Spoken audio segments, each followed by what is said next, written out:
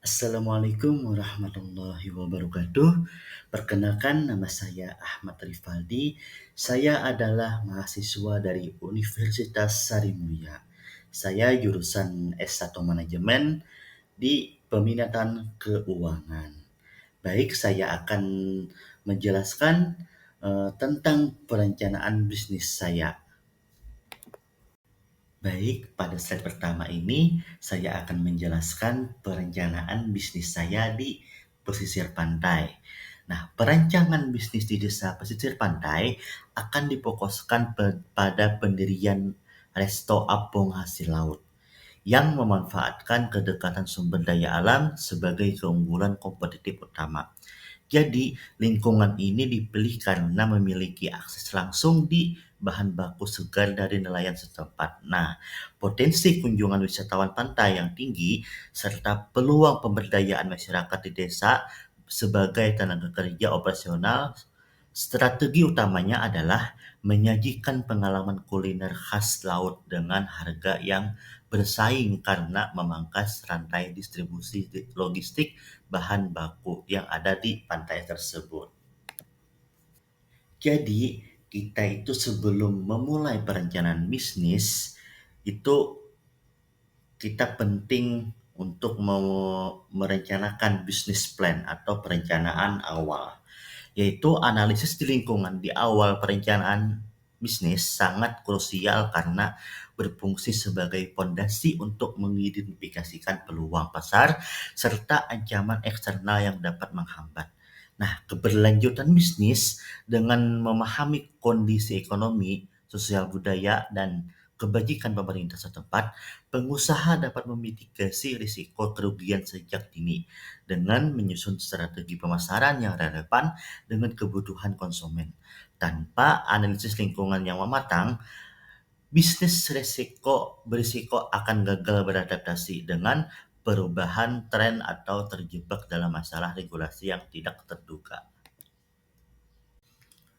Nah, di sini ketika saya mempunyai modal sebesar 100 juta, itu saya akan alokasikan secara proporsional untuk pengeluaran di muka yang terdiri dari 30 juta untuk sewa tempat dan renovasi interior bertema pantai, dan 25 juta untuk peralatan dapur komersial dan mesin pendingin atau freezer, dan 20 juta untuk furnitur dan dekorasi area makan.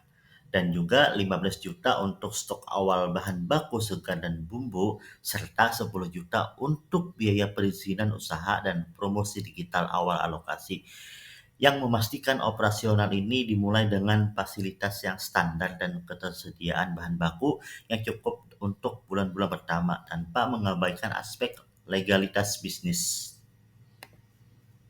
Nah, di sini juga sebelum kita memulai bisnis, kita itu harus tahu prinsip-prinsip utama bisnis plan itu. Dalam pembuatan bisnis plan adalah harus realistis, fleksibel, dan terukur, di mana setiap visi dan misi perusahaan harus didasarkan pada kemampuan sumber daya yang dimiliki. Nah, rencana tersebut harus mampu beradaptasi dengan perubahan pasar atau fleksibel, namun tetap memiliki indikator keberhasilan yang jelas atau terukur agar pemilik bisnis dapat memantau perkembangan usaha secara objektif. Nah, prinsip ini memastikan bahwa dokumen perencanaan bukan sekedar teori, melainkan panduan teknis yang bisa dieksekusi di lapangan. Nah, di sini saya akan menyebutkan apa saja sih yang saya perlukan ketika menerima dana 100 juta untuk membuka bisnis di pantai itu. Nah, di sini saya akan menjelaskan rencana pengelolaan modal sebesar 100 juta akan saya alokasikan secara strategis untuk memenuhi kebutuhan operasional awal bisnis di pesisir pantai yang akan mencakup pengeluaran modal tetap dan modal kerja awal.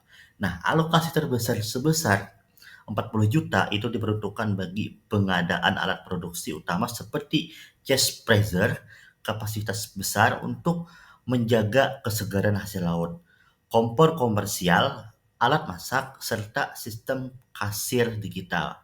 Nah, selanjutnya 35 jutanya digunakan untuk sewa lokasi strategis dan renovasi bangunan semi permanen.